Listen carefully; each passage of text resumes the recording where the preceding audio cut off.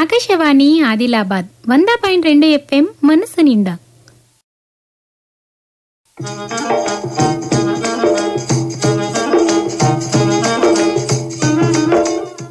ఇల్లు వ్యవసాయదారుల కార్యక్రమం.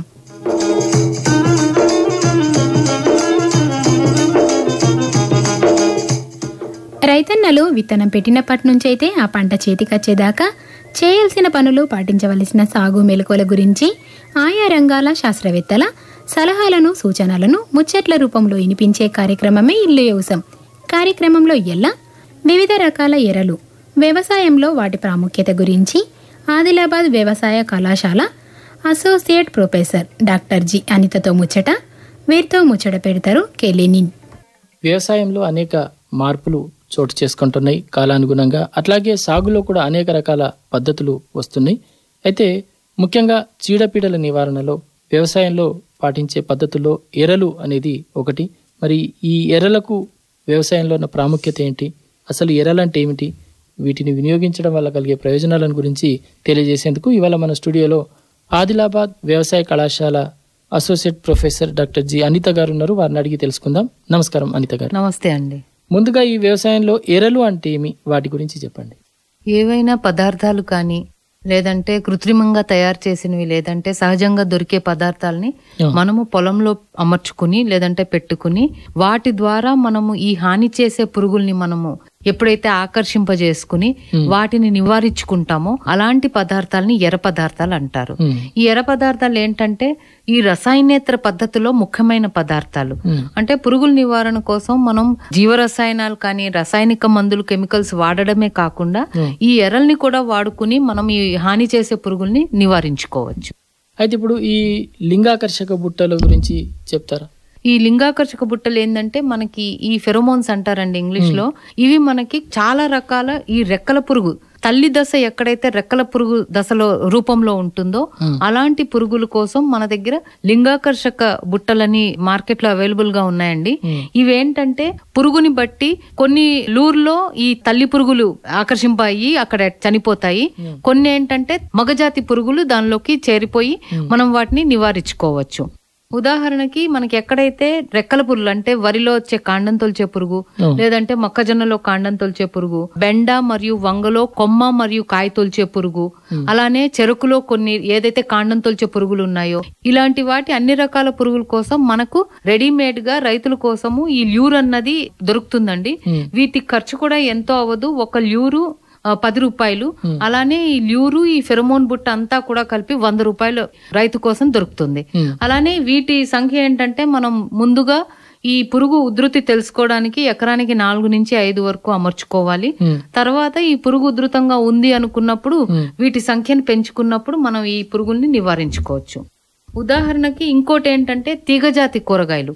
ఇప్పుడు ఇందాక మనం అనుకున్నట్టు ఈ ఫెరమోన్స్ ఈ ల్యూర్ కాకుండా ఇంకో రకమైన కెమికల్ ని తీగజాతి కూరగాయల్లో వాడుకుంటారండి. దీన్ని మిథైల్ యూజినాల్ అంటారు. ఈ మిథైల్ యూజినాల్ ఒక ముడి కెమికల్ అండి. అయితే ఇది మనకి హాని చేసే పురుగుల కోసం ఆకర్షింపజేసుకోవడానికి మనం ఈ మిథైల్ యూజినాల్ కొనుక్కోవాలి.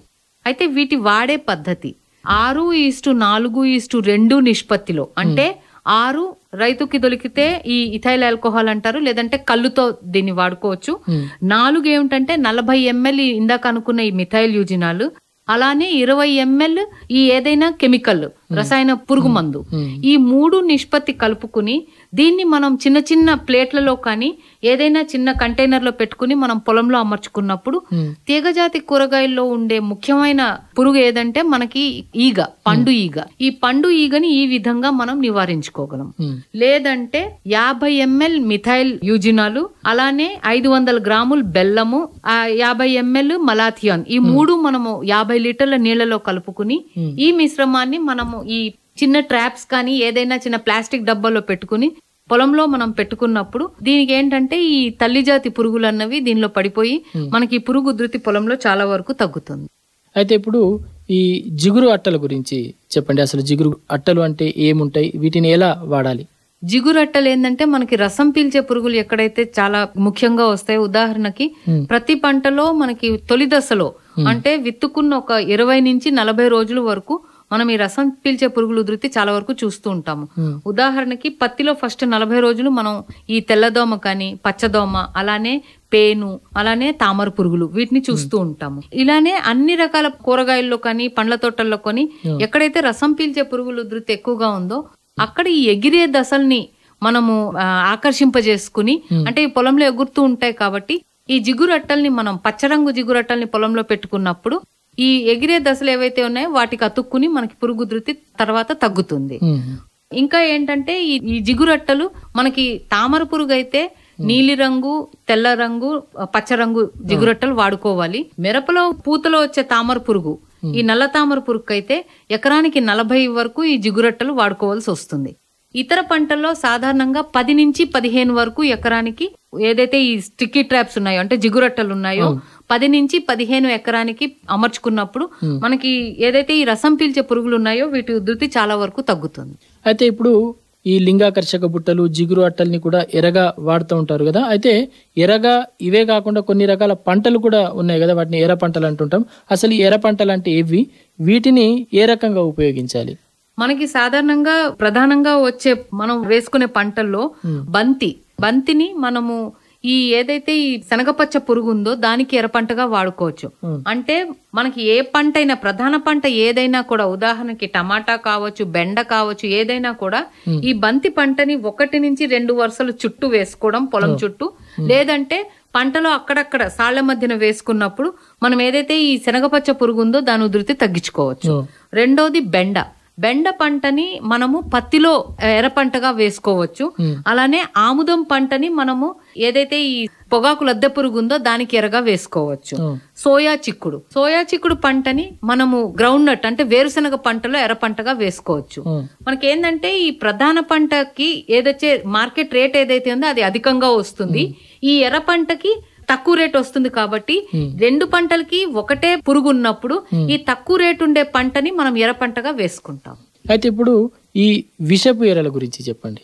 మనకి ఇప్పుడు ఏంటంటే పొగాకు లద్దె పురుగు కానీ, అలానే మనకి మొక్కజొన్నలో వచ్చే కత్తెర పురుగు కానీ, వీటికి కొంచెం ప్రత్యేకంగా విషపెర్రలని వేస్తూ ఉంటామండి, పెట్టుకోవాలి. ఇవి ఎలా తయారు చేయాలంటే 10 కిలోల తౌడులో 1 కిలో బెల్లము, అలానే 1 లీటర్ క్వినాల్ ఫాస్ కెమికల్ ఏదైతే ఉందో ఈ మూడింటిని కలిపి దానిలో మళ్ళీ కొంచెం అంత నీళ్లు పోసుకుని వీటిని చిన్న ఉండల్లా తయారు చేసుకుంటాము.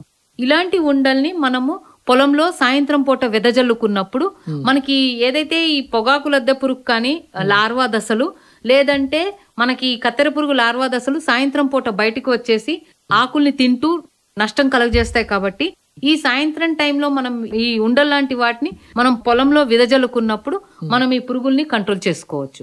అంటే ఎలాంటి పురుగుకైనా కూడా సమగ్ర సస్యరక్షణ చర్యలు తీసుకోవాలి. కాబట్టి కెమికల్స్ స్ప్రే చేసుకోవడమే కాకుండా ఇలాంటి కొన్ని పద్ధతుల వల్ల కూడా మనం పురుగు ఉధృతిని చాలా వరకు తగ్గించుకోవచ్చు. అయితే ఇప్పుడు ఈ పురుగు ఉధృతిని తగ్గించుకోవడం కోసం విషపు ఎర్రలు గాని ఎర్ర పంటలు గాని వాడడం వల్ల వాతావరణానికి ఏం లాభం ఉంటుందో చెప్తారా?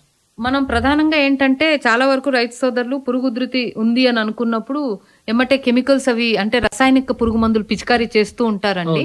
అంటే ఇలా కాకుండా ఒక సమగ్ర సస్యరక్షణ చర్యల్లో భాగంగా ఎర్రల్ని వాడుకోవచ్చు. ఎర్రలు ఏంటంటే మనం ఏ పురుగుని నివారించుకుందాం అనుకుంటామో ఆ పురుగుని కరెక్ట్ గా అదే నివారించుకుంటాము. అంటే ఉదాహరణకి ఎర్ర పంటలు కానీ వేసుకున్నప్పుడు మిత్ర పురుగులు ఏవైతే పొలంలో ఉంటాయో వాటికి ఎలాంటి హాని చేకూరకుండా, అలానే మనకి వ్యవసాయ ఉత్పత్తులు ఏవైతే ఉన్నాయో వాటిలో ఎలాంటి అవశేషాలు లేకుండా మనము ఈ హాని చేసే పురుగుల్ని నివారించుకోగలుగుతాము. ఈ వాతావరణ సమతుల్యతకు హాని కలగకుండా ఉండాలంటే రైతులు ఎలాంటి చర్యలు తీసుకోవాలో సూచిస్తారు?